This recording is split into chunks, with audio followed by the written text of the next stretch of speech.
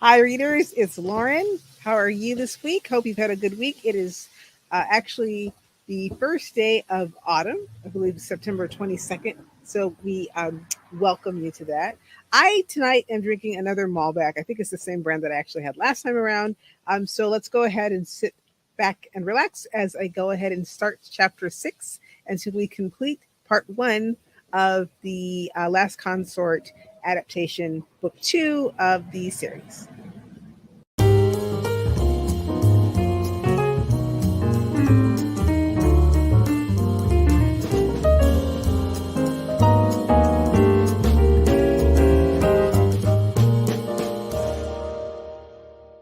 Here we go, chapter 6.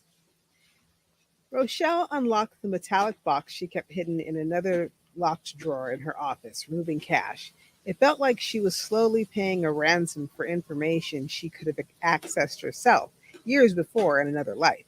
Every day she felt closer to finding a reason to abandon it all, perhaps focus on what she pretended to do instead of the dark corners and inaccessible areas she had made herself privy to. With a slow pull, she connected to the chair behind the desk, the dread thick and noxious in the room, taking pen in hand and writing a quick message across the stomach of a greeting card.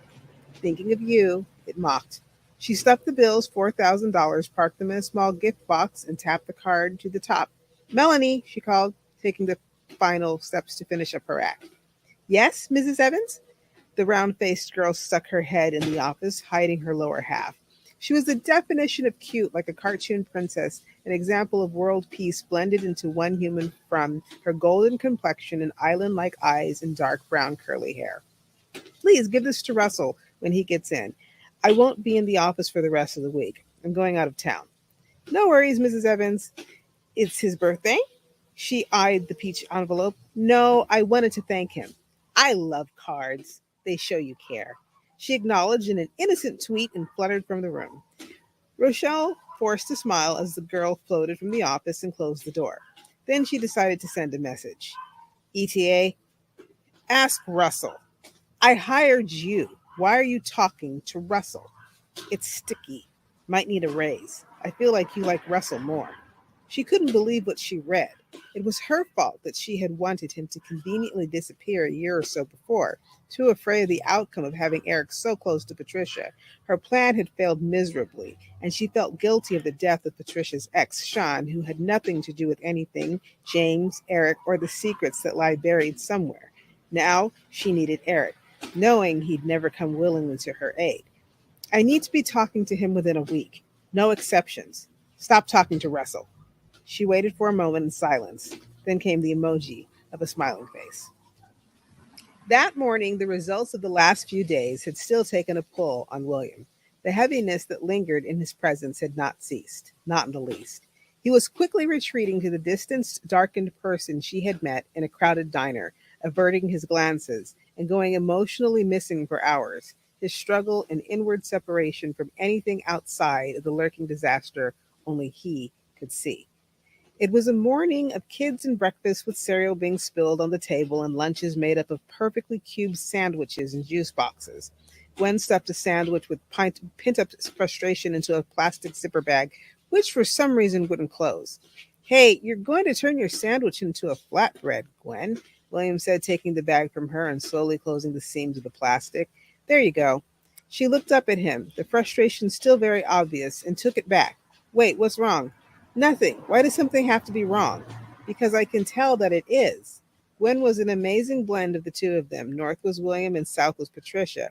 She would turn out to be a beautiful young woman. Pat could see that and worried about that as they had already taken the shopping excursion for the dreaded training bra. Gwen leaned into a counter and started her admission. I don't feel well. I couldn't sleep last night. She watched William's face. A look of sadness softened his mouth, loosened his shoulders into a desperate bout of frustration. What did it feel like, Gwen? He asked. My side kind of tingled for a while, then later my leg and my back seemed like they were burning bad. It scared me this time, so I couldn't sleep. You felt like this before? Yeah, a few times, but I ignored it. It went away. This time was worse. William looked away as the confirmation hit him with a suddenness. It was like he had been hit in the chest with a medicine ball. He reached out and held her close to him. I'm going to make this right, Gwen, I promise. I need to talk to you later today, just you and me, okay? She nodded. Patricia slowly neared him and placed a hand against his back.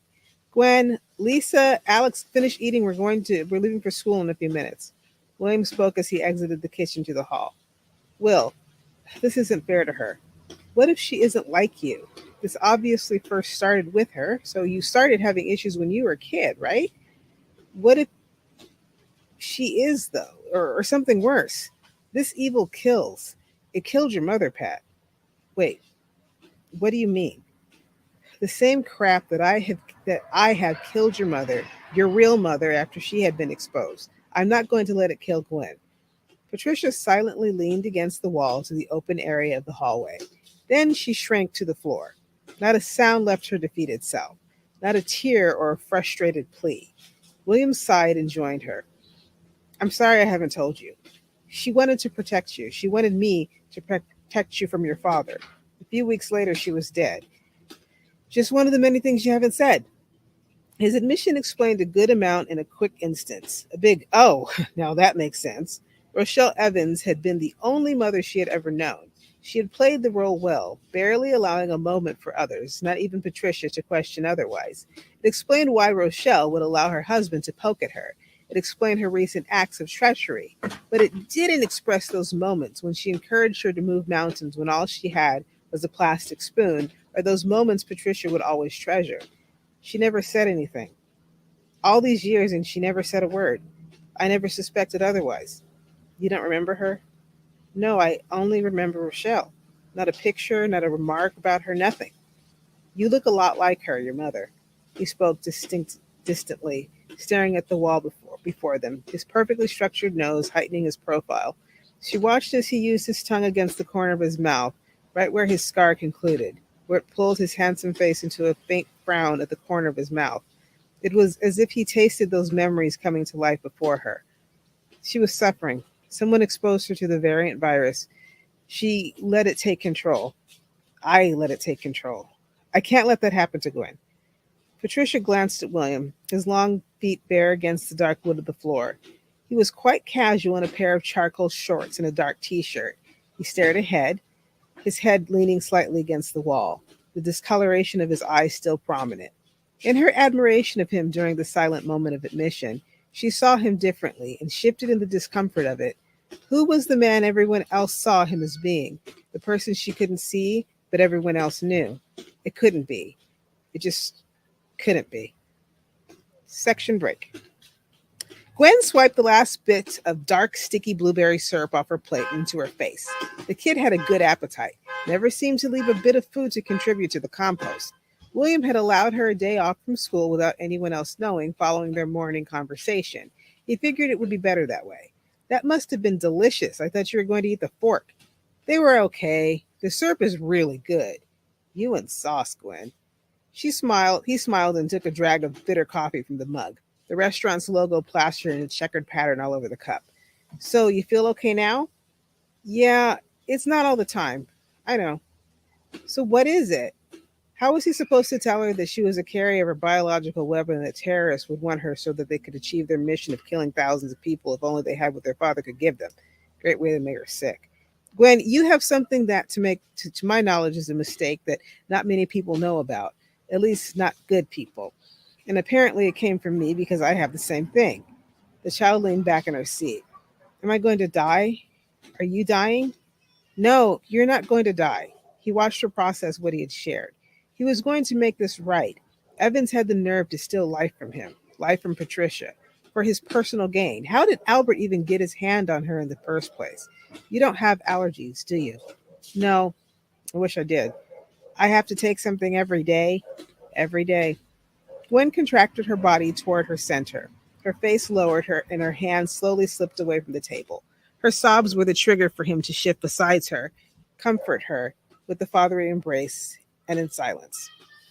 I'm not normal. Mom didn't know about me. You didn't know about me. So was I made? Was I made to be this way? He told me that, but I never felt anything, and now I do. But I was made like toothpaste. Shh, Gwen, you are a part of me, okay? You're part of your mom. You're born to be here with me and your mom, who both love you, all right? She sniffed and dried her eyes, just as he looked up past the window to the restaurant, just in time to see the nameless stranger who shot a hole in Alan's head, leaning against a black charger. I think it's time to go, hon. William beckoned for the waitress as he took out his wallet and waved his bank card as an indication that they were indeed ready. He studied the guy for a moment from the sheltered cool of the restaurant. Who the hell was he? And who was he working with?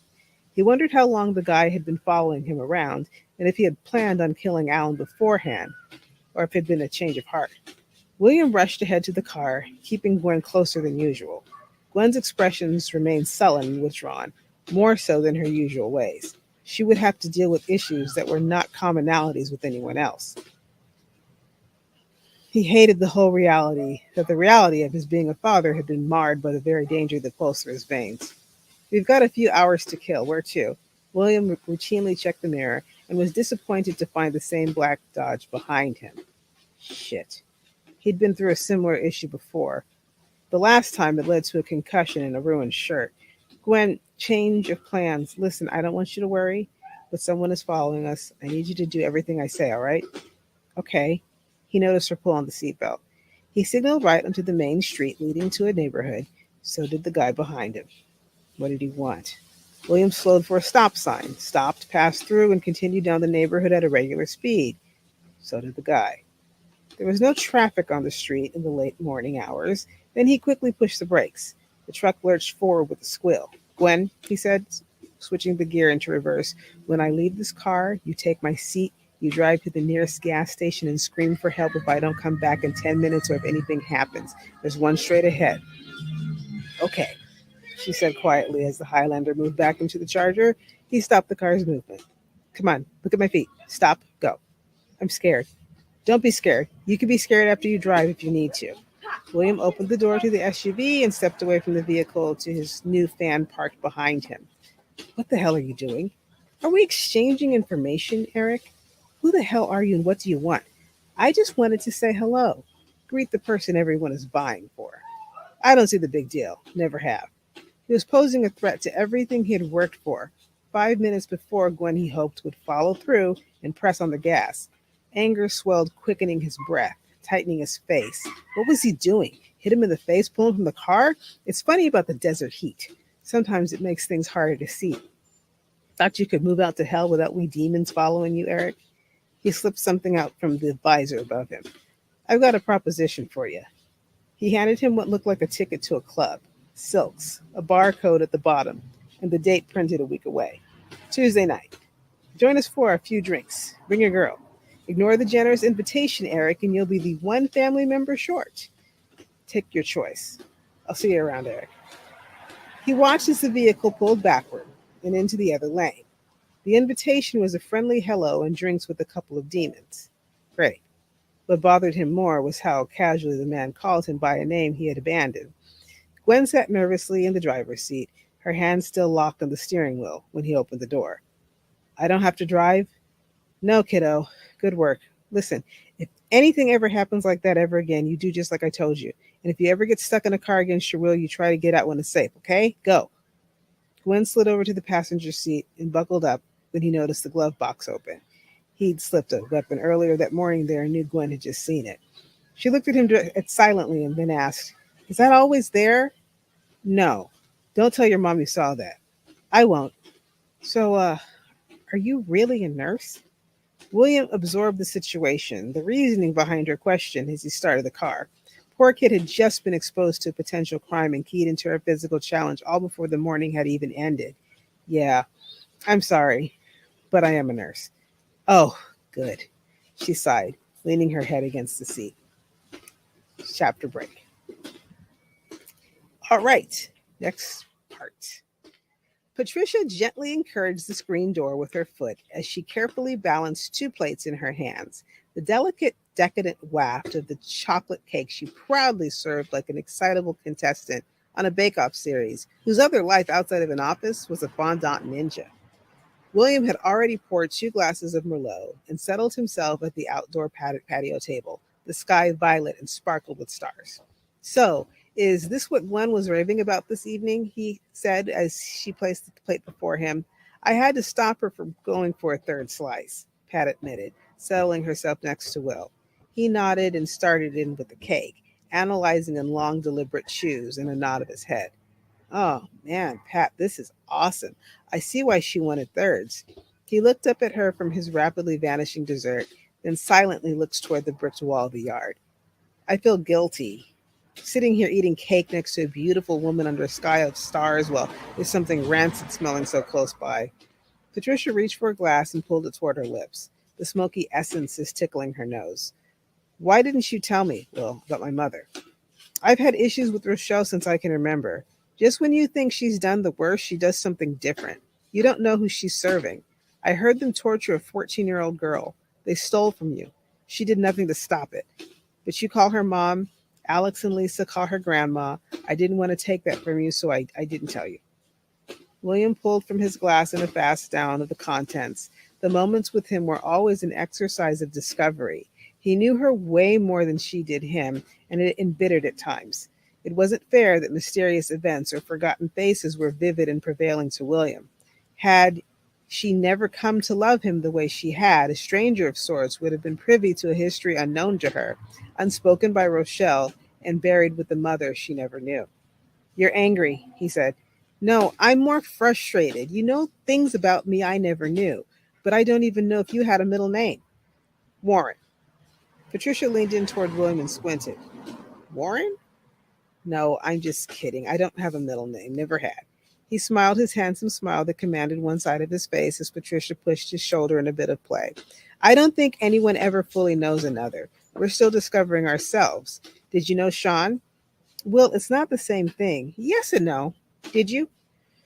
I thought I did, but in the end I didn't. I didn't know us. William rested his long fingers against his forehead and studied the last bit of cake with an examining prod of his fork.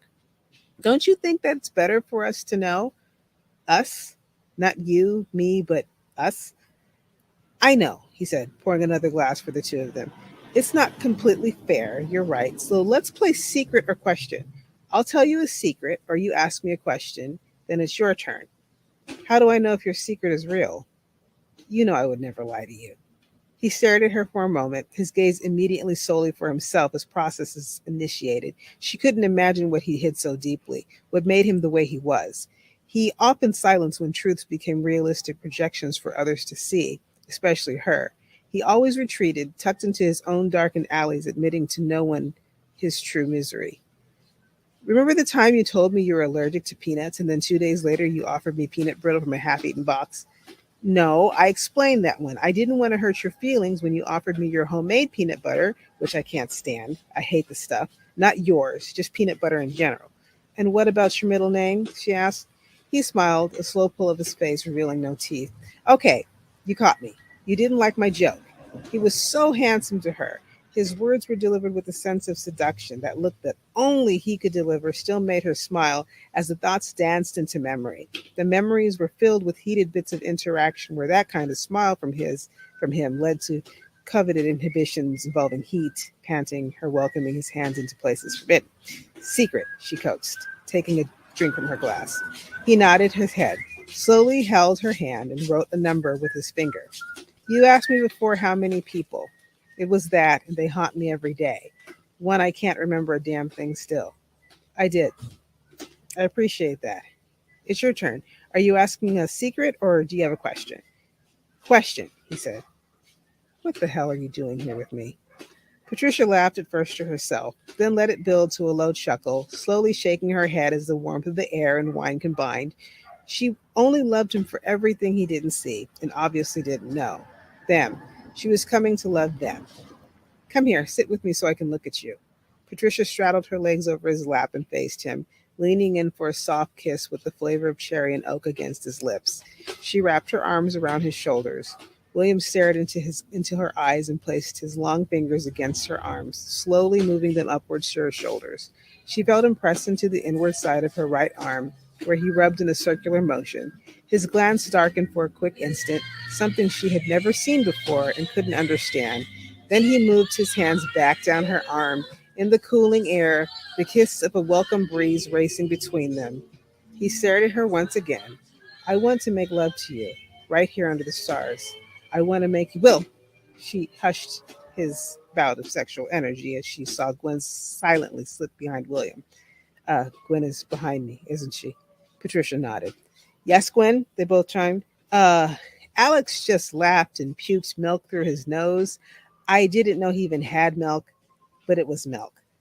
Thanks, sweetheart, Patricia said as they both laughed. So much for the movie set as a distraction. Let me go take care of the milk. I'm right behind you, William responded. Question, he asked. I already had a turn. She watched as he looked down into his lap. You're right. I'll ask later. Section break. A killer wasn't the image one would have connected to the cargo short sporting mid-size SUV driving person he'd shared an invitation with hours before. He took a few moments to prepare himself for a satisfying run on a treadmill planted next to another, where an old flame squeezed into an exercise short and top, the kind that purposely hugged each curve and nook for those looking to show off their efforts hugged along. He noticed the lines of her taut thighs moving against the force of the machine, her breasts tightly pressed into the small top rising enough to show up her abs. She loved the attention, and he gave it to her every time. Hey, Russell, Diana purred as she leaned into the machine. He intentionally faced in her direction, took in her sexual power and seductive draw as he tied up his laces and stretched out his calves. Hey, Diana, are you still lonely? Why do you ask if I'm lonely? Because every time you're here with me, you take a long time with your shoes, ogling my ass. What? You you don't want me to? Of course I do, she coaxed. He stood there, his mind racing in other directions, and took advantage of the view, an open invitation from Diana, and started his run. At half a mile, Eric came back into his thoughts. He never left.